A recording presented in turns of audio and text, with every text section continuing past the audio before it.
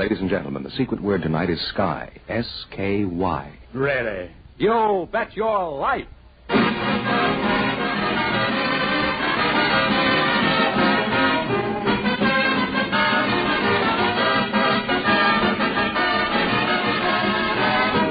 DeSoto Plymouth Dealers of America present Groucho Marx in You Bet Your Life, the comedy quiz series produced and transcribed from Hollywood. And here he is, the one, the only...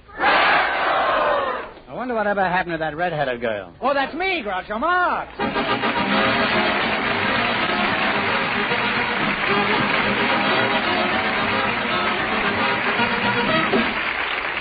Thank you. Well, here I am again with $1,500 for one of our couples tonight. George Fenneman has placed a try for it. Just before we went on the air, we asked if there were any young people present who'd like to get married someday.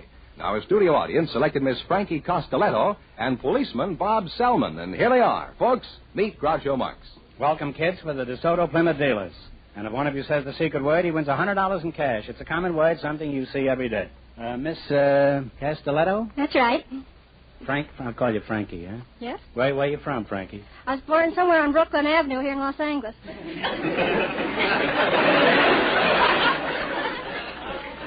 What do you mean you were born somewhere along Brooklyn Avenue? Well, we were going to the hospital, and I know that on my birth certificate it just says Brooklyn Avenue. Do you root for the Dodgers? How old are you, Frankie? 25. Very young-looking girl for 25. And you're a policeman? Yes, sir. Mr. Selman, Bob Selman. Yes, sir. How old are you? I'm 27, Groucho. Mm-hmm. Where are you from? I was born on Lake Superior, Duluth, Minnesota. You were born on Lake Superior? Yes, sir. I was born on the lake. What are you, a whitefish? What do you mean you were born on Lake Superior? Well, I was born on Lake Superior. My folks were on a fishing trip, and... Did your old man go on fishing while this was... And what do you do for a living? I'm a librarian. Yes. What kind of a librarian are you? Public librarian. Now, what's the difference between a public library and a private library? Well, I have a library at home. well, we I don't have any books in it, but good place to hide booze. When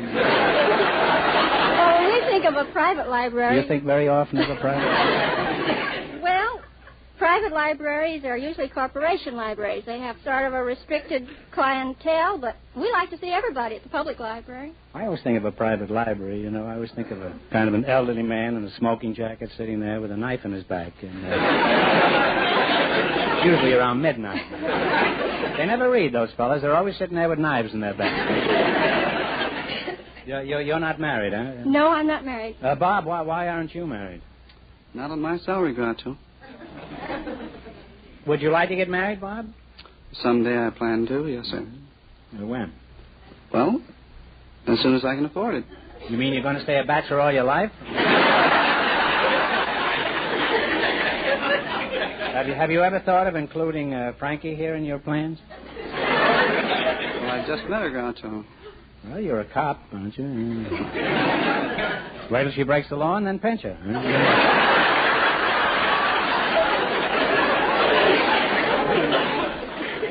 And Miss Castelletto will tell you a thing or two. You're still a policeman, aren't you, Bob? Yes, sir. What kind of a cop are you? I'm a probationary officer. You're on probation? Why is that? Well, you're on your probation, Groucho, until you've proven yourself to your superior officers. You're under constant observation? Yes, sir. I'm under constant observation. Mm-hmm. You mean you cracked? No, sir. I have to prove myself first. You have to watch yourself every minute, huh? Watch myself every minute. And while you're admiring yourself in the clothing store, across the street, the crooks are robbing the bank, I suppose. Miss Castelletto, what do you think of a man who's half-cracked, under observation, and goes around pinching people? I think he's cute.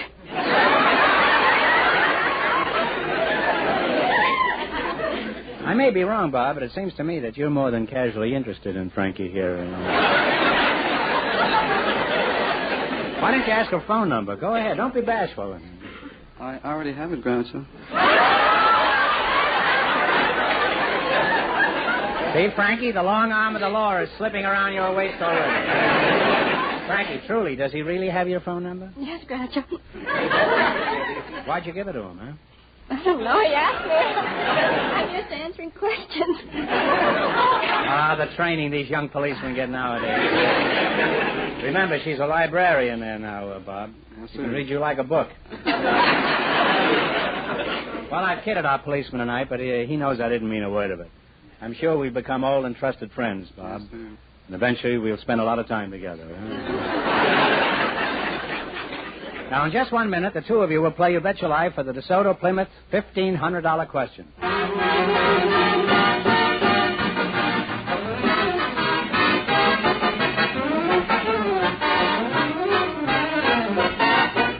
Drive a DeSoto before you decide. All across the country, prospective car owners are doing just that. They're thrilling to the beauty and performance of this new DeSoto. For here is a car with not just a few new features, but one that is really a new model from bumper to bumper. Start at the front of this car and feast your eyes on DeSoto's brand new full-width front grille. A beautiful grille that gives the car a look of power its high-compression engine so justly deserves. Look at those newly styled rear fenders and see how they add sweep and grace to the entire appearance of the car. Look through that rear window, which is larger and also has been lowered to make the visibility far better. And then take this new DeSoto out on the road. Remember, it's the car that lets you drive without shifting. Note its bigger brakes that stop you with far less effort. Feel how easy it is to drive and to steer. Yes, drive a DeSoto before you decide. Tomorrow, see the all-new DeSoto at your authorized DeSoto Plymouth dealers.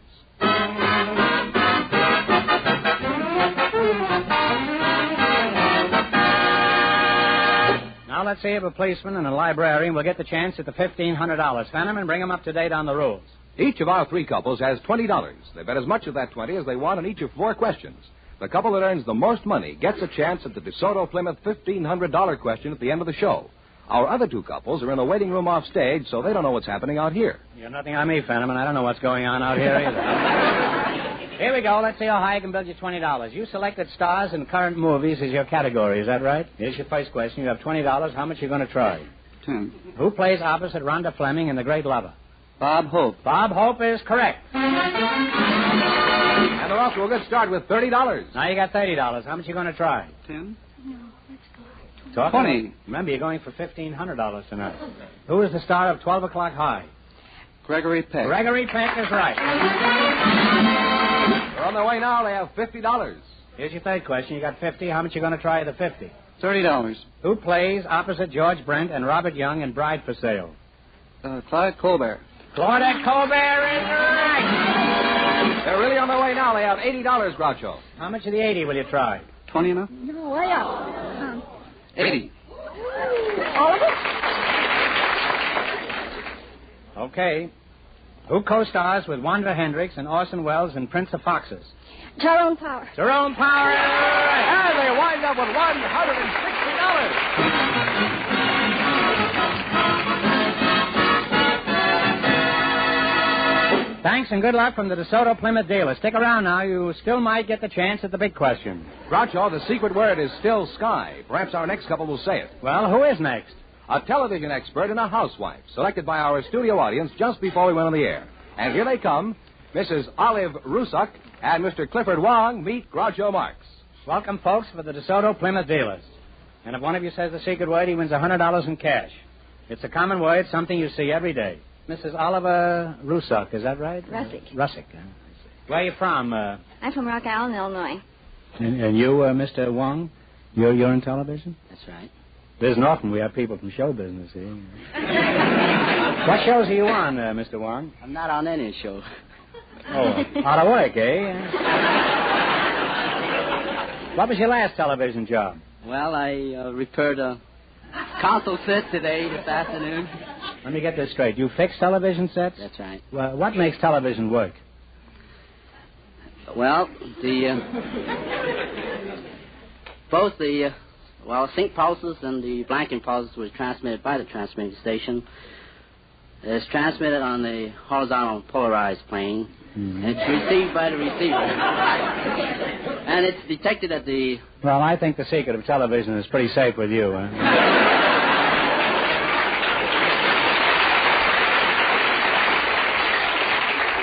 Mrs. Russick, let's forget the whole thing. What does your husband do, Mrs. Russick? He's an ex-musician. An ex-musician? Mm-hmm. We've got 15 of them back here. Place for him to join, wouldn't it? What do you mean he's an ex-musician? Does he make a living not playing an instrument? Yes. What does he do now? He's working for the school board now. Does he play xylophone? Oh, no. Once in a while. What did he play before? He played a banjo. Did he woo you with the banjo? Uh-huh. How? Well, that isn't how I met him. My father lived on a farm, and I was visiting him, and I wanted to learn how to drive the car, but he didn't want to teach me, so he was taking a nap, and that afternoon, he was going to have this young lad come and help him with the haying. And this is the Eddie Peabody character. Yes. So when he came and my father was asleep, he decided he might as well take a nap, too, so he crawled up on the haystack. And so I was out driving the car around in the hayfield, because that way I wouldn't hit anybody or anything, and so I run it into the haystack. And I bounced him out, and he landed on the hood of the car in front of the windshield. And that's how I met him. Did he have his banjo with him at the time? No. Now, Clifford Wong, I'll just call you Static, huh? Tell me, as a television repairman, just what do you do? Repair television sets. Who do you work for, Mr. Wong? Munch Television. Well, if you had to do it over again, would you go into the television business, Mr. Wong? Well, yes, I think I will, but only on your side of the business is where there's money involved. You want to be where I am, where the money is that it?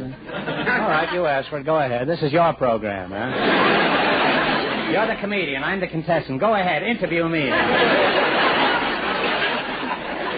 Think this is such a soft racket? You try it for a while. All right. What's your name? Puddin' Tame. Ask me again, and I'll tell you the same.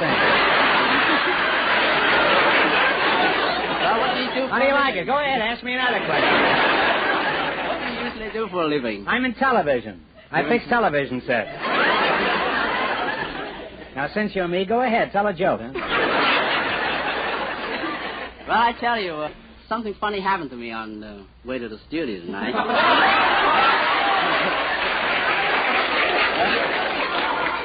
Well, there's going to be a lot of radios going to need fixing after this. Well, go ahead, shoot, Mr. Wong. Well, on my way to the studio tonight, a man stopped me. Says, could you let me have 30 cents so I could be with my family? Feeling sorry for the man, I handed him 30 cents. I says, where is your family? This is the answer he gave me, in the movies.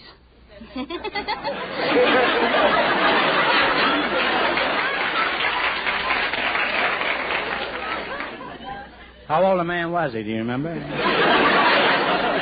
I don't. What was the movie? Do you remember that? Didn't tell me. Now, you were going to tell us a joke. Go ahead with the joke. Huh? That is the joke. That's the joke? Okay, have it your own way. Huh? What do you do for a living? I repair television sets. Well, stick to it. That's where the big money is. Well, after talking to you two, I'm convinced television is still around the corner. Now, let's see if you can run your $20 into more than the other two couples and get a crack at the DeSoto Plymouth $1,500 question later. I can't tell you how much they won, but George Fenneman is off stage to remind our listeners. The policeman and the librarian won $160. Here we go. Let's see how high you can build your $20. What question category did you select? A. Music by Jimmy McHugh. Is that right? Mm-hmm. And how much are you going to risk? Shall we bet 10? Talk right up into the microphone now. 10. Because Bing Crosby is listening, and we don't want old Baldy to miss anything here. You're going to bet $10. Here's your first question. Jerry Fielding plays. You give me the name of the song. Play, Jerry. Sunny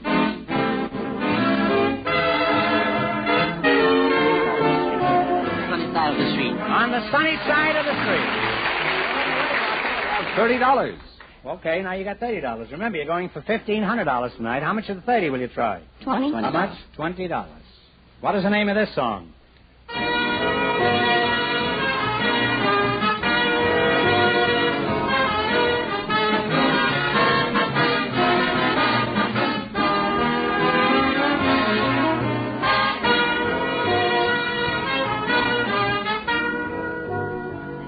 What is the answer you two have decided upon, huh?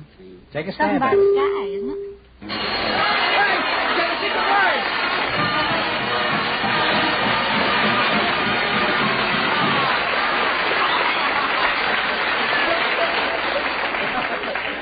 Riding around that haystack certainly made you lucky, Mr. Rusty. You just said sky, and that's the secret word tonight, so you win $100 in cash, compliments of the DeSoto Plymouth Dealers of America.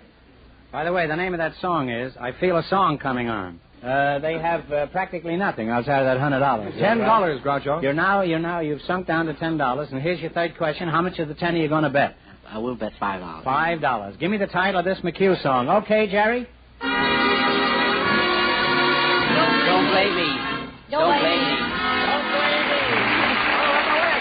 $15, Groucho. Now you're riding down the roller coaster. You got 15 smackers. Here's your last chance to beat the other couples. How much will you bet? Let's bet it all. Here we go. What's the name of this song? I can't hear anything but love, baby. Love. And they wind up with $30.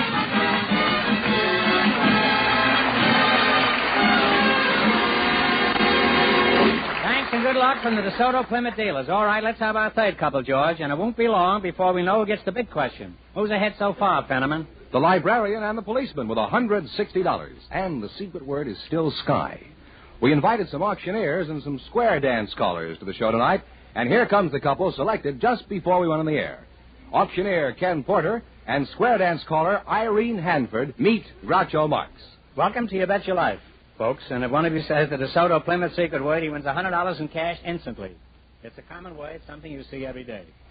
We have an auctioneer and a square dance caller, eh? Miss Irene Hanford? That's right. You're a square dance caller, is that right? Yes, I am. Mm-hmm. Isn't that a kind of a peculiar occupation for a woman? Well, it might be, but I think women can do anything men can. You really think so, huh? I'd like to see you get into the steam room at the Yacht Club.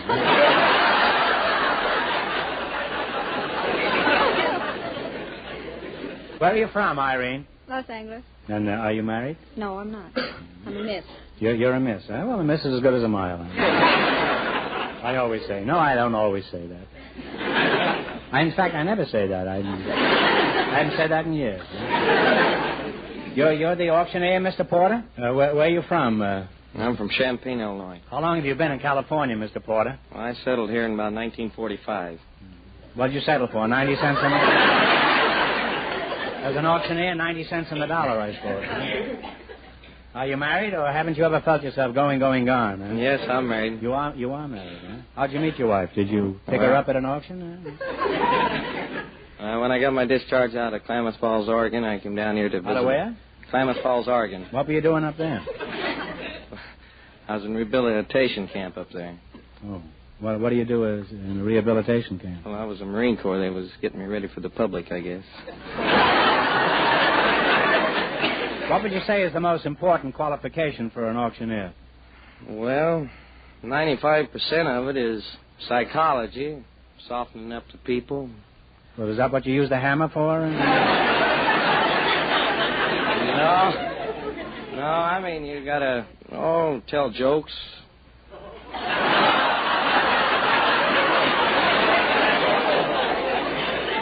I'm still trying to recover from the last joke. Okay, let's hear one of the jokes. Just a small one now. Say about a $2 purchase, huh? I don't mean that. I mean, you got to soften the crowd up, not with a joke, but sort of in a saying, like if they're not bidding, just tell them if they're dead, why don't they lay down? Or... That's a nice joke, I think, to say. Or that they would... Have any of them ever taken you up on that offer? How does an auction work, Mr. Porter? Well, you bring up an article and you explain it. For instance, if you're selling a cow, a piece of furniture, a diamond ring, or anything like that, you explain it. And tell you have to explain a cow to the audience? How do you explain a cow? I'd like to hear. How many bids are needed to sell an item, man? 2 bids, sir. 1 bid doesn't make an auction. Well, how do you know when to stop the bidding? Or when they quit bidding. This is after you tell them to lie down on the floor and drop dead? Is that... Where do you do your hawking or auctioneering? Well, I auction at Auction City and There is really a city called Auction City? Yes, sir. It's the biggest one in the world. Well, I'm kind of curious to hear you give your pitch. Suppose I got a $1,000 diamond ring here, and I want you to sell it for me. Now, you go ahead and sell it. All right. Here's a very gorgeous diamond ring, ladies and gentlemen. What are you going to give for it? All right. Down to $25 bidding now, $30 now, $30 bidding now, $5 now, $35 bidding now, $40 more. Now, ladies and gentlemen... You forgot to say drop dead, huh?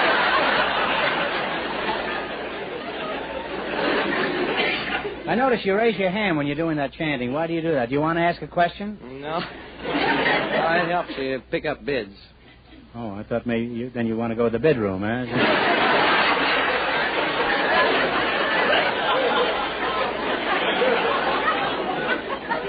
Well, Irene, I'm nuts about typesickery. I've never gone square dancing. Could you describe a typical dance? Well, you want an easy one or a complicated one? Well, say about medium, huh? Tell those, Irene, huh? Well, how about... Throw your inhibitions out the window. Well, the first and third couples lead out to the right in circle 4. And they go once around, and the working gents go home. Did you say the working gents go home? Yeah. Well, and who do they dance with? You've only started, and the men leave already? And the girls, their partners, are left on the side with the other two gents in 2 lines of 3. Well, there's 2 gents that didn't go home, huh? They don't like it at home, huh? Well, tell me, Gallicucci, would you call a square dance? Well, I might give you just the way one might start. Okay. You always start out with an element left and a grand right and left, you know. So you might start out, well, swing your honey high and low when you keep on swinging that calico. Now it's element left with the old left hand. The right to your honey, go right and left grand. Hand over hand all around that ring and a hand over hand with the dear little thing. And you beat your honey and promenade.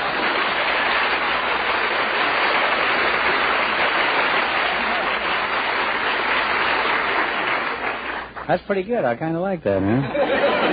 Now, suppose you wanted to set up an auction across the street from a square dance. And you wanted to take that crowd away from it. Now, how about you starting your auction and you do your square dance, and let's see how the two goes. Now, 1, 2, 3, go! All right, now, $75 bidding now, $80 more, $80 bidding now. Quiet, quiet! Anybody wants to make a phone call, this is the time to do it. Right? Well, I've learned a lot about America tonight, and it won't be long before we're investigated. Now, you're going to play the DeSoto Plymouth game, you bet your life. If you beat the other couples, you'll get a crack at the $1,500 question. I can't tell you how much they won, but George is off stage to remind our listeners. The policeman and the librarian are still ahead with $160. Here we go. You have $20. Let's see how high I can build you $20. You selected famous animals as your category. Okay, how much of the 20 you're going to try, and talk right into the microphone and loud? $10. What animal do you associate with Lady Godiva? Horse. A horse is correct. They're on their way with $30. I'd rather associate with Lady Godiva than the horse. Okay, now you got $30. Remember, you're going for $1,500 tonight. How much of the 30 will you try? Make it 25 is better. 25. Okay, 25. What kind of animals do you associate with the Pied Piper? Mice. Rats. They're climbing. They have $55. Well, they're both rodents, so I guess we'll give you that. How much you going to bet? You have $55. 45. $45. What animal do you associate with Jonah? A whale. The whale is right. They're really climbing. They have $100. Well, that was a whale of finance, and now you have $100, and here's your last chance to beat the other couples. How much of the 100 will you bet? You're going to shoot the works? What animal do you associate with Romulus and Remus?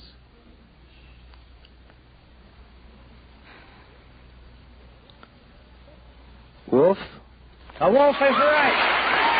And they wind up with $200. And that means the auctioneer and the square dance caller get the chance at the DeSoto Plymouth $1,500 question.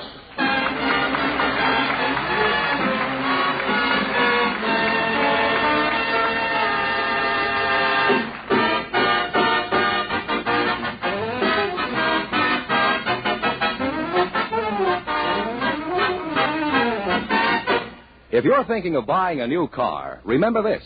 Now, more than ever, the beautiful new Plymouth is the car that likes to be compared.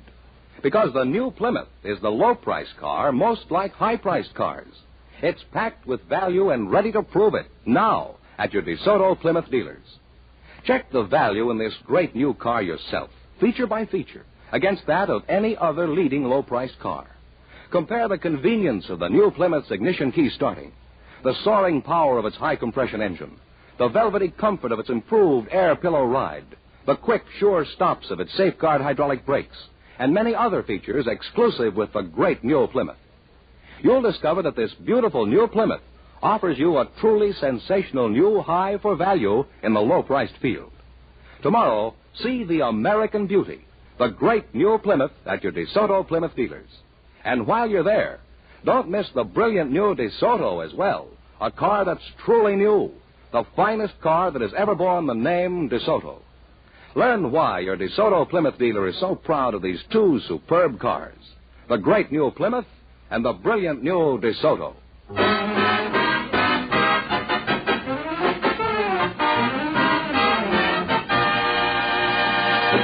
And here is the auctioneer and the square dance caller, the winning couple, all ready for the DeSoto Plymouth $1,500 question, Groucho.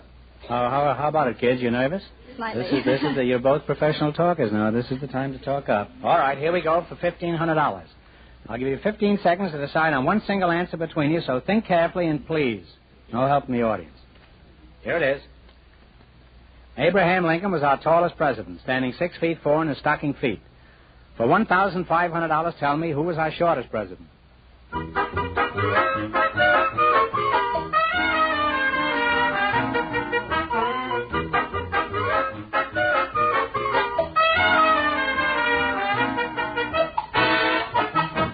What's the answer you two have decided upon? Ulysses Grant? No, I'm sorry. It was James Madison, who was 5 feet 4. So that means the big question next week will be worth $2,000. Well, you lost the big money, but you won $200 in the quiz. Congratulations, and thanks to both of you.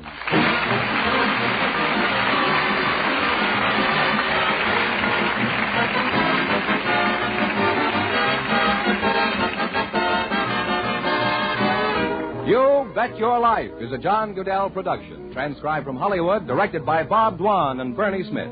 Music by Jerry Fielding. Be sure to tune in again next Wednesday night at this time for the Groucho Marx Show, You Bet Your Life, presented by the more than 3,000 DeSoto Plymouth dealers of America. And remember, all dealers who sell DeSoto also sell Plymouth, two great cars, both products of the Chrysler Corporation. And don't forget, next week the big question will be worth $2,000. Well, it's almost time for Bing Crosby, so good night, folks. And remember, just be sure to see your DeSoto Plymouth dealer.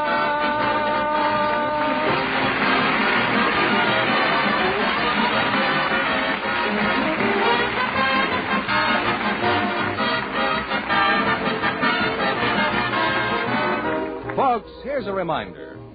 A dime seems like a lot of money to a small child, especially when that dime is part of the money you give the March of Dimes. And that child is a victim of infantile paralysis. Send all the dimes and dollars you can spare to your local March of Dimes headquarters. This is George Fenneman signing off for the more than 3,000 DeSoto Plymouth dealers from coast to coast.